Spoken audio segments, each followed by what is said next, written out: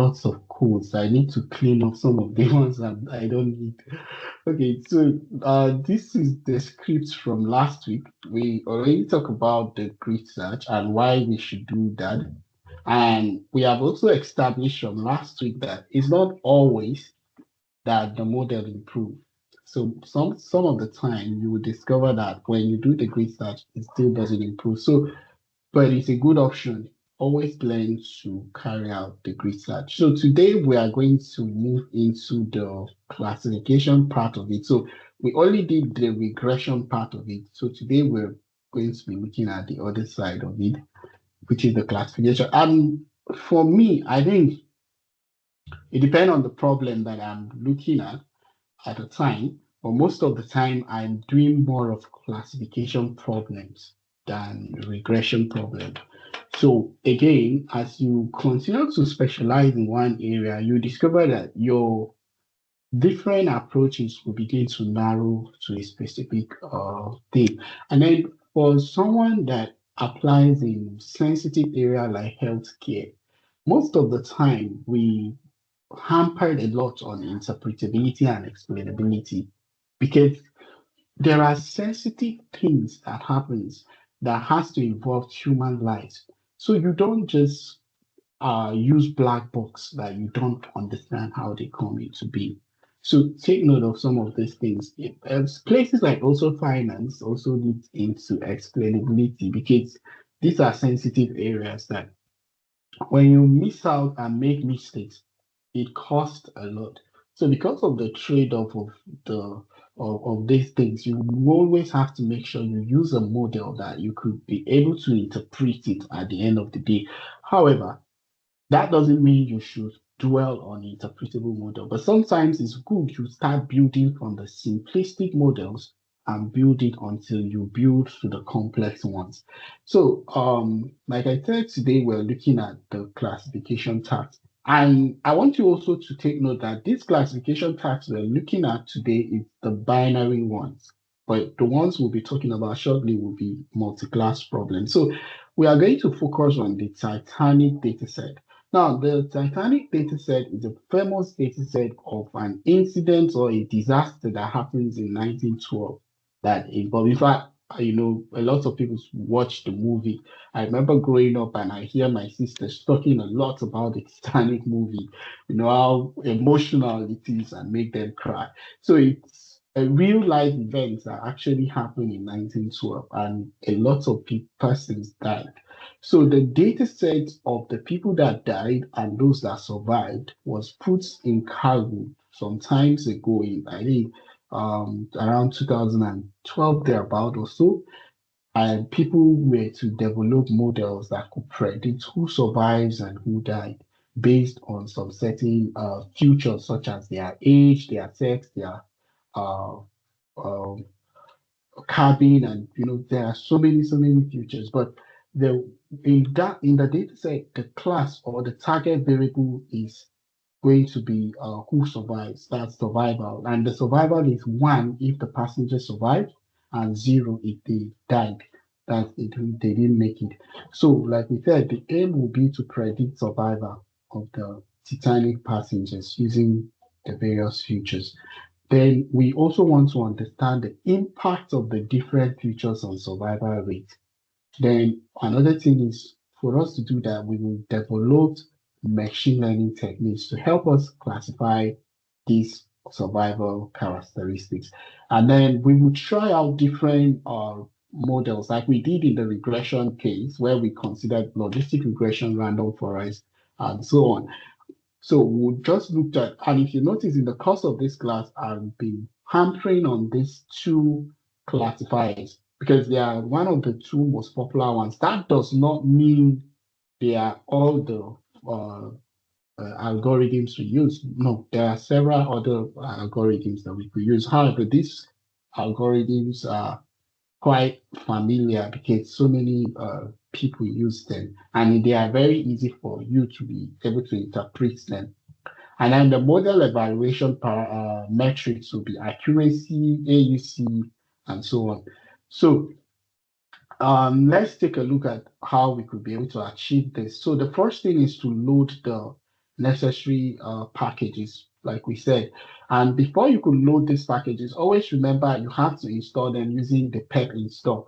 And if you are installing from the command prompt, you don't need, you just need to type, let me see if I could open the command prompt here. So you just need to type the name of the package, pep, then the name of the package. If you're on the command prompt, just pep and then install, then the package name, for example, pandas, and then you click enter, it runs. The same thing you do for NumPy, the same thing you do for Matplotlib, Seaborn, and so on. But if you are to install on the, because there are situations where the path of your Jupyter Notebook is different from where it is, where you have the, the the package is stored. So what you need to do, so there will be some sort of conflict. So when that happens, you will need to install directly on the Jupyter Notebook. You could use pep install. But in this case now, if you notice, I actually put this hyphen or something underneath it before I run it. If you don't do that, you have an error. But when you do this, it will tell the package that you're actually installing from a Jupyter Notebook. And this will make it to be saved directly for where your Jupyter Notebook is installed. So that way you don't really have conflict. So depend on what you like. But sometimes I prefer to use the command prompt because that's like I'm interacting directly with the machine, compared to going from the other way. But if you run into issues, sometimes you are free to do that. So having said that, you could easily just run the package to load them. So they are all loaded. So now the next thing is we need to pull the data set. And this, like I said, it's a very popular data set.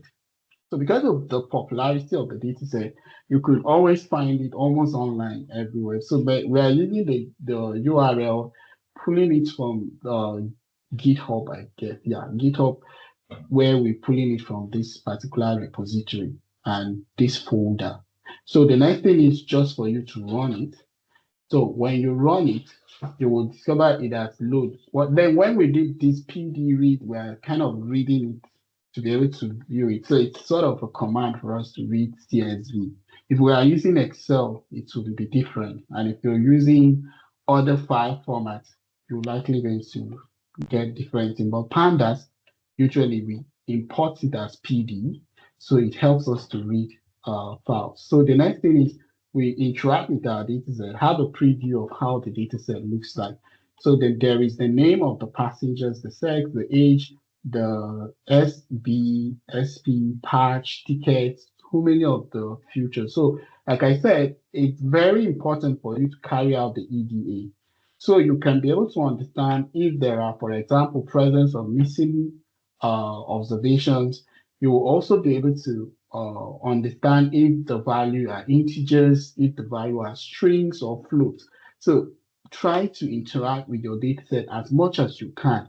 So when you do the info, it helps you to be able to see in what is in your dataset. So you would see that this age actually has some missing observation. And also the cabin, in fact, has a lot of missing observation. So sometimes again, the missing observation depends on your choice. If it's more than 10% of your data set, I will advise you find a way to deal with it. But if it's below 10%, sometimes you could decide to say, okay, you'll discard it. But again, machine learning, it's always data hungry. So the more data set you feed the machine, the better it performs. So you have to give it a thought before you remove the missing values. If it's not a very sensitive case and maybe you have lots of data points, then you could go ahead to remove it. So the next thing you perform this described. The reason you're doing this is to have the descriptive statistics. So you could see from here, you could know the counts, you could know the standard deviation, the mean, and also the 25, 75 percentiles.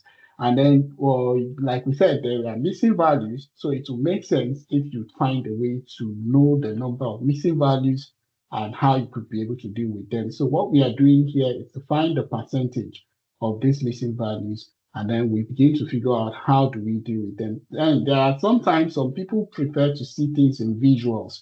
So what we did here was just have a plot of the heat map of the missing values to see which of them are actually having the missing observation. So basically, these numbers here will denote the rows or the passengers or whatsoever you have on the ship, while these are their futures. So in heat map, the this points here or these writings here are not the column, rather they are the rows, while the rows always means the futures or the variables. I think one of the things because I was used to when we plot, we say this is the y variable, which normally carries the dependent variable or whatsoever the futures, but it's not always like that in heat maps.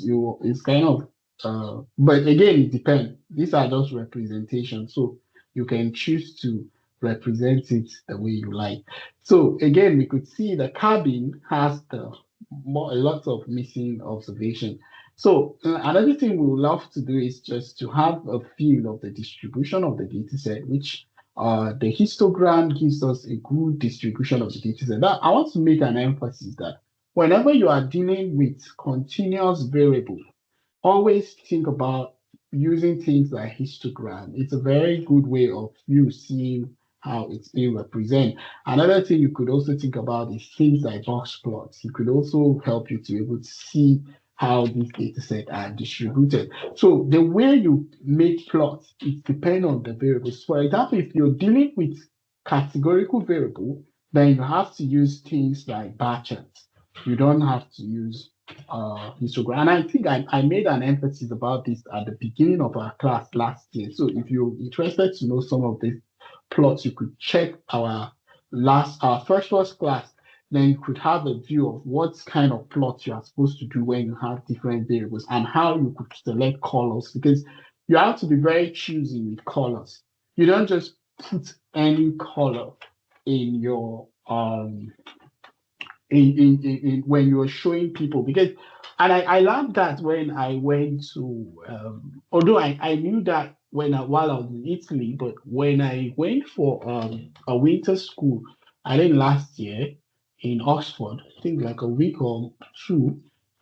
So we did things around open research, and open practices. So we kind of balkanize this into so many groups where depend on the kind of courses you are interested in. And it was really a marathon, very, very crazy, where we start around 9 and finish around 7 in the evening. So although we do have breaks in between, but you can imagine you have to do with this lots of information within a small period of time. It's really, really crazy. So one of the takeaways I learned there was there are some people that are color blind.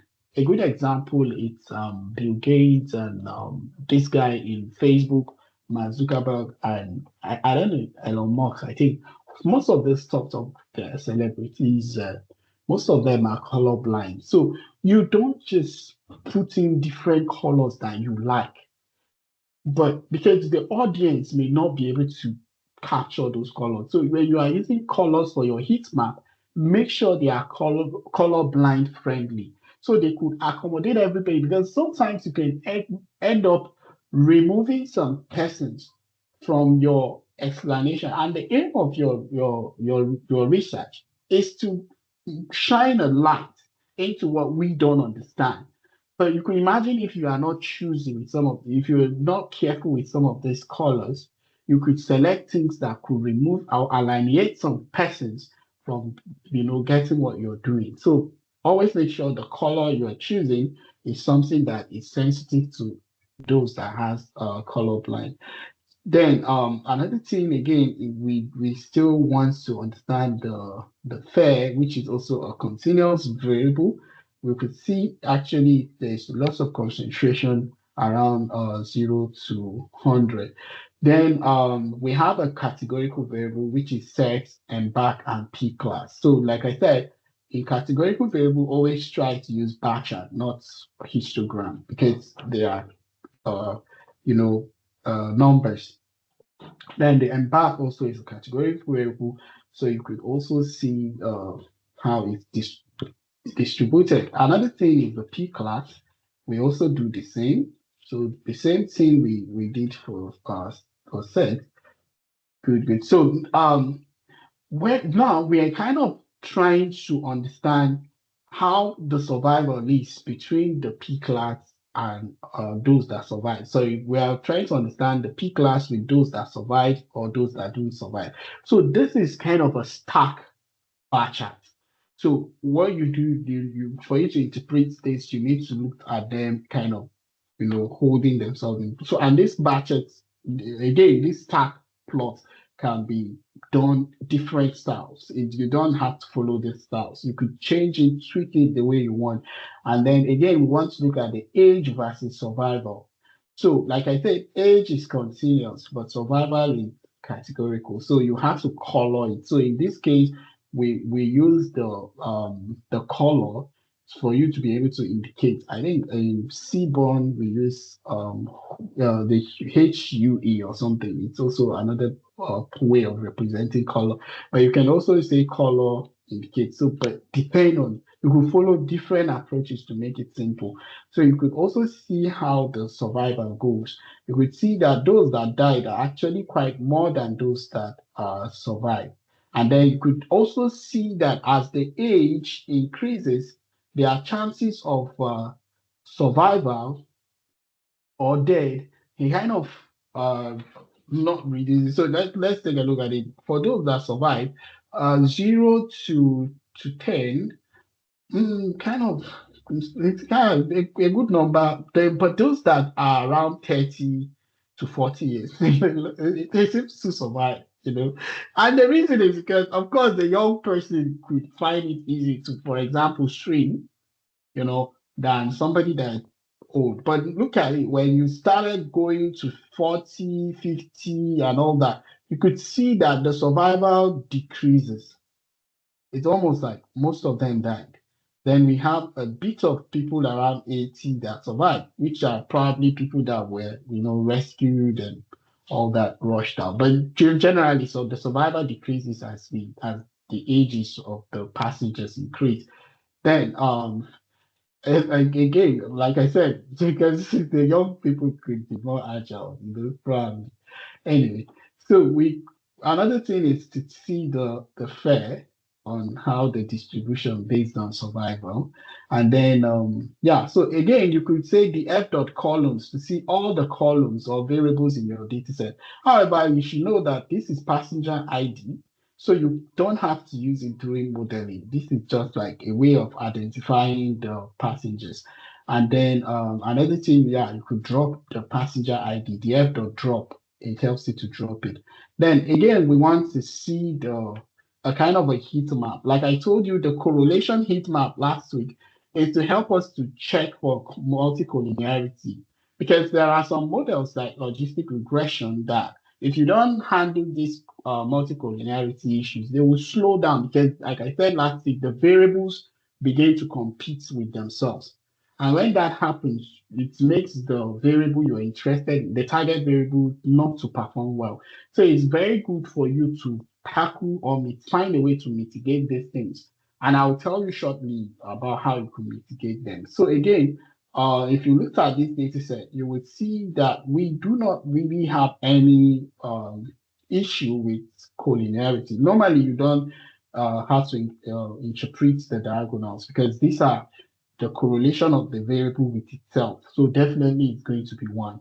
So you don't have to, rather you'll be looking at the off diagonals, to interpret that. And you could actually see clearly that the variables are not correlated with each other. So we do not have problem of multicollinearity. So it means you could go straight to model. But however, we have seen earlier on that there is an issue with missing observation. So we need to tackle that. And then I'll tell you guys another approach of how you could deal with these missing values. You could use different imputation approach. One of it is using the mean median mode. You could also use the k-nearest neighbor. You could even use random forest prediction to help you to fill in. But again, you have to it has to depend on what you really want to do. Because for being in healthcare, for example, I'm not really a fan of filling this missing value because they have to do with, for example, test samples. And these test samples, you cannot just guess them. Yeah, the patient have to present themselves to the clinicians. They have to be subject to taking this measurement at a particular, for example, time point in the like. For example, the test that the patient run last year may not be the same with the outcome in a year's time, and all that. So some of these time points, you have to make sure that, I can't just assume and fill in the missing values in healthcare. But there are cases where it's not sensitive. You can easily just think of, okay, probably we could just fill it. So always weigh the reason why you have to go for a particular imputation method. But generally, if you are dealing with a continuous variable like the age, you will likely going to use maybe the mean or median. Then another time, some persons are not comfortable using the mean. And I tell you why, because the mean is not sensitive to outliers. So most of the time, the mean is kind of biased. Although from survey methods, they will tell you the sample mean is unbiased of the population mean, which is true. But when you are looking at the distribution most of the time, you'll see that the mean is not so sensitive to outliers. It could easily um, average without looking at there are points that could not be in it. So the median seems to be more robust than the mean. But again, it depends on what you're doing. But you always know that the mean is not always the best. You could use the median. For me, if I have to fill in missing values, sometimes I go for the median instead of the mean. And then for categorical variables, you are going to likely use the mode.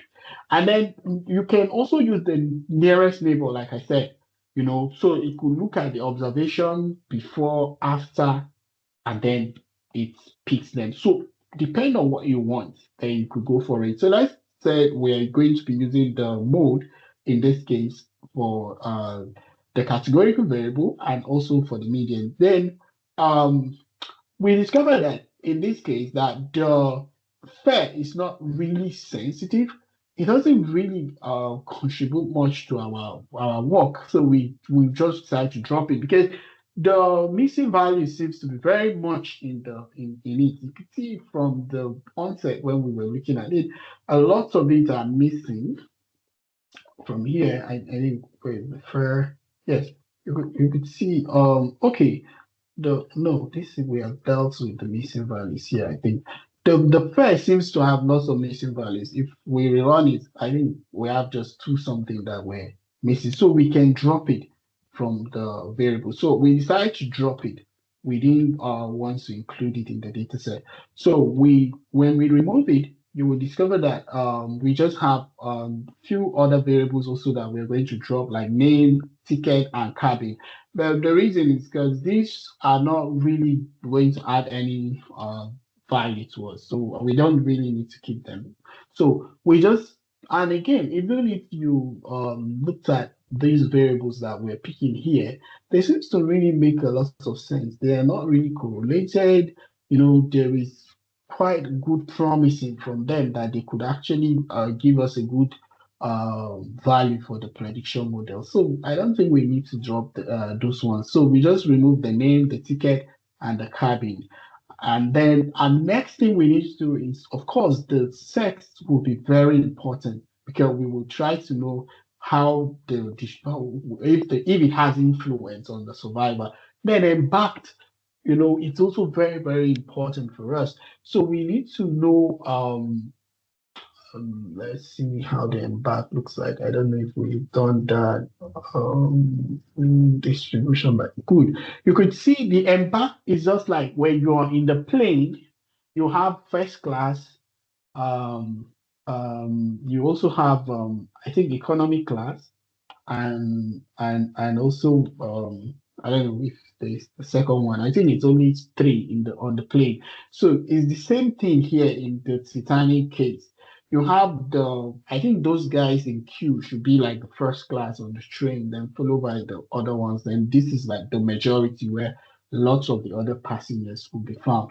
So the same way you could see, it's very important because we will need to know if the people in the first class actually survives compared to people in the economy class, stuff like that. So, but again, these variables are categorical, so you cannot feed them into the model. So what you need to do is to use one hot encoder.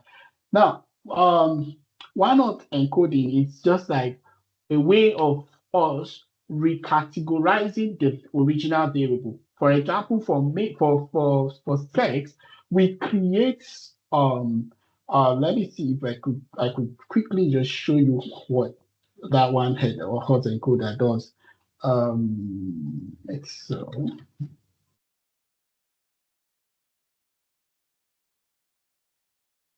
So what it does is if I have for example sex which is distributed male female, and then for example I have count, let's say three of them, and then let's say two. So what the one hot encoder is going to do is that it will turn them to now have male, and then you have a female. So remember there are three of them. So let's say 1, 2, 3. So however, wherever there are three of the male, there are no female in the case. So remember there are two females, so it will be 0, 0. So here these are females, not male. So this will be 0, 0, 0, and then this will be 1, 1. I don't know if you understand the point. So what the one hot encoder, it translates them, then anywhere that you have the males, they will be 1, 1, 1, 1. Then when it's a male, not a female, so that will be 0, 0, 0. Then when you have to be 1, 1, 1. So you can imagine when you have so it's a very good way of representing variables like this. But you could imagine when you have so many variables, maybe when you have so many categories inside that particular variable. Let's say you have 30 of them. It means for each of these 30, you're going to create a new column for it. So you see, it's kind of increased the dimension of the data set. So one of the problem of the one hot encoder, it will increases the dimension because you are like opening it like a book. Just like when the book is closed, it has so many pages inside it. But when you open it up, you could see that there are individual pages inside it. So you now decide to, okay, let's remove each of the pages and put it. It's not kind of economical. So, but again, if you have so many variables, have a rethink about the one hot encoder. Is it really important? But if each of the category is important, then it's fine. But if it's not, then you have to think about it. So like I said, always think about computational cost. And also, I think some people have questions. Do you have questions? Can you? Yes. So, okay, first of all, I want to be sure. I hope you were not talking when you were on hold. Oh, sorry. I didn't even know it was a call that came into. Okay, I'm sorry. I was talking. When I saw the text. Okay, so don't worry, I'll go over it. All right. Okay. Okay. I actually wanted to ask on the using the converting the categorical, using the one hot encoding. Encoder, yes. Encoder. I was trying to say, is it that every time you have categorical data, before you run them, you have to convert them? Or no, not every time. Like if the categories are important, you will likely do that. But if they are not, then there is a second approach. You preserve them Okay, let's say, for example, I just want to know the influence of gender on a particular decision, but I'm not interested to know if it's a male or a female that influences. I just want to know gender on itself. So that way, what I'm going to likely do, I will just encode it. Hard, we call that sort of hard encoding, meaning I'm not going to open it up. So what I'm going to do, I don't know if you guys could see my screen.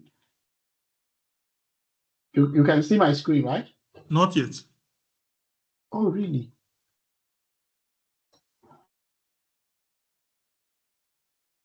Oh, sorry. Okay, good.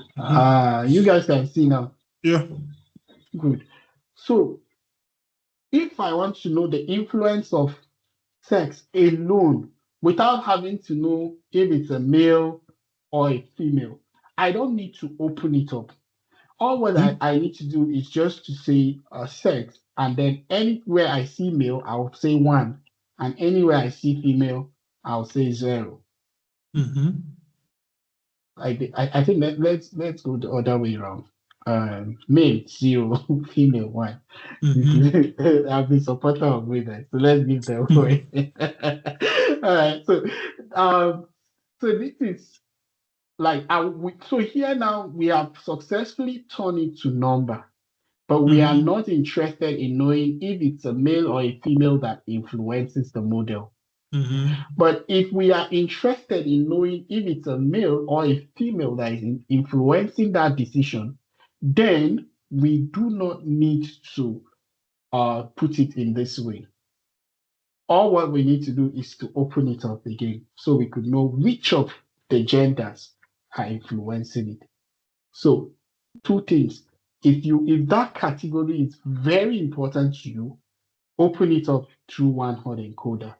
But if you are interested in the variable as a whole, you don't care about if it's influencing or not, then I would ask you to just do the hard encoding, which is just turn the variables to 0, 1, 2. So suppose we have another gender, this will be 2, like that. Then you don't need to do for the rest. So you could imagine if we have 3 of these, it means it will be 0, 0, 0. And then the female will be 1, 1, like that. But it will still be in sex like this. But if you open it up, it means you want to zoom into to know if males alone are having more influence than the female. So depend on the variable that you are interested in will now influence it.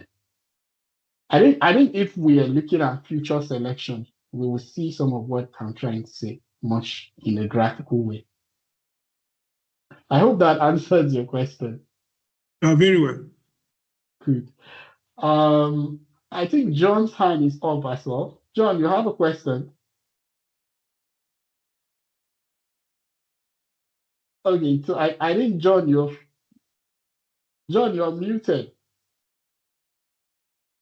Yes, I think I'm okay now. Oh, okay, fine, great. Okay, so the next thing we need to do now is to perform the hyperparameter search, grid search. So remember, there are so many solvers for the logistic regression. There are the lead linear, there are the saga, there is also another one, softmax. Okay, well, I'll talk of softmax when we're using multi-class. That's when we looked at. But there are so many of them about, lots of solvers. But these are kind of the most popular ones. Then the penalty here, L1 and L2, is nothing about regularization. The reason we looked at it is because some of these models could be prone to overfitting.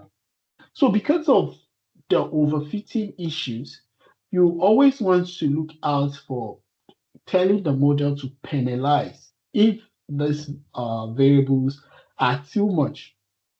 So it could work with the variables that are much more useful in contributing to the model. So that's why we usually use this. And then the L1 here means lasso. The L2 is likely rich regression. So we will talk about this penalization approaches as we go on. I'll find a way to put it as a kind of a subject on itself, so we can really look at them in detail, what and how they were able to control variables for us, instead of just having to paraphrase them. But in machine learning, like logistic regression, we literally put them to help us to reduce the variables, should in case we have issues around overfitting. So we run this grid search. Of course, the C also, we have different sort of constraints that we put on the model. Then we perform the maximum iteration 200. We put the cross validation. So the CV is cross validation 5. Remember, I told you guys last week that you don't really need to make it a lot. 5 for me, it's fine. I have seen where people use 3. So again, depending on your choice. So again, we fix the cross validation. Like, logistic regression is very easy to fit. And you could see that the C is 1. The penalty that it decides to opt for is rich regression. And the solver is linear. So it means the problem is actually very easy. It's very simple. It wasn't really a difficult or complex issue. So the next thing, we use the best model that we had here to fit again that's the best estimator to make sort of prediction. So that's what we do now on the training. So you see the best model dot predicts on the test. So now we will see if it did improve. So we could see without the evaluation, we have 81, but on performing the model tuning, it reduced to 78. Now, I'm going to make an emphasis here that if you look at this data set, it's slightly imbalanced. And each time we have imbalance, the accuracy is not always the best model. So you won't just be looking at the fact that this is performing very well and this is not. You have to weigh in, is the model biased because of the issues that are around the imbalanced distribution of the classes. For example, those that did not survive, you could see 105, while those that survived is 74. So it's slightly imbalanced. So we expect this kind of things happening when we begin to tweak it, because when we are tweaking it, we are likely pushing it to make sure that it consider how these models are balanced. In fact, there are situations where we put inside the model in the grid search, we will put in class weights and then we'll tell it balance. But I don't know, as we progress, I'll make emphasis on that. So we could clearly see in this case that the model tuning did not improve the accuracy of the model. But that doesn't mean it did not, because we will not be looking at only the accuracy and be making decisions. We can also look at other things like F1 score and also for the positive and negative class instance. So yes, the F1 score here was 84 and 76. It reduces to 82 and 72. So generally, we could say that this problem does not require a complex model.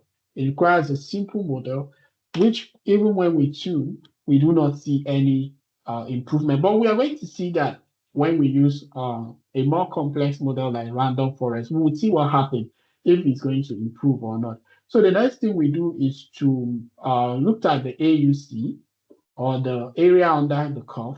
We could see 88, which is quite a nice score. So it means that our model was able to explain 88% with confidence that this explanation are right. So it makes a lot of sense that the only parts we do not understand or we need to chance are just those parts. But anything here, we are confident that the model is making the right choice. Then now let's look at what happened when we use a random forest, which is much more complex model compared to the logistic regression. So the next thing we do is to run the random forest. So we are running it without the model tuning. So you could see we have 80.4. This is not bad. Compared to logistic regression without tuning was 81. So logistic regression is still ahead of random forest. Now let's see what happened when we tune the model. So again, in the case of random forest, we use the bootstrap. We talk about the mean, we talk about the estimator 50, 100, 150, 200.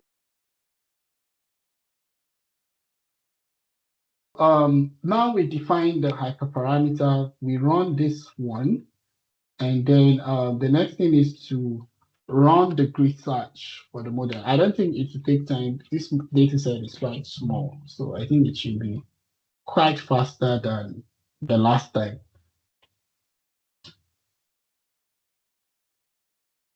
Okay. Oh, I think I'm mistaken. Okay, I believe it shouldn't take time because the data set is 800. Let me see. Uh,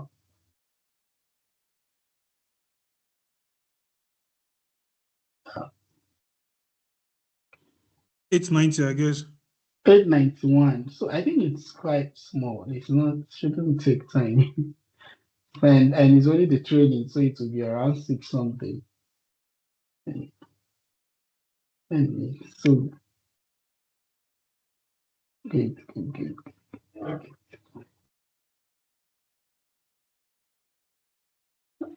Okay. While it's running, let me just digress to say that you could also try other model like the support vector, the k-nearest neighbor. I don't want you guys to go to XGBoost yet because I want to have like a special discussion on that. But you could try it if you wish. But XGBoost is kind of complex than random forest, and almost all the Kaggle competitions that involved tabular dataset, the XGBoost or random forest always emerge as the best classifiers for this problem. So again, it depends on what you want, but always starts from the models that are very, very small, then you move into the complex ones. Don't start with the complex, always comes from the small ones, and then you move to the complex. So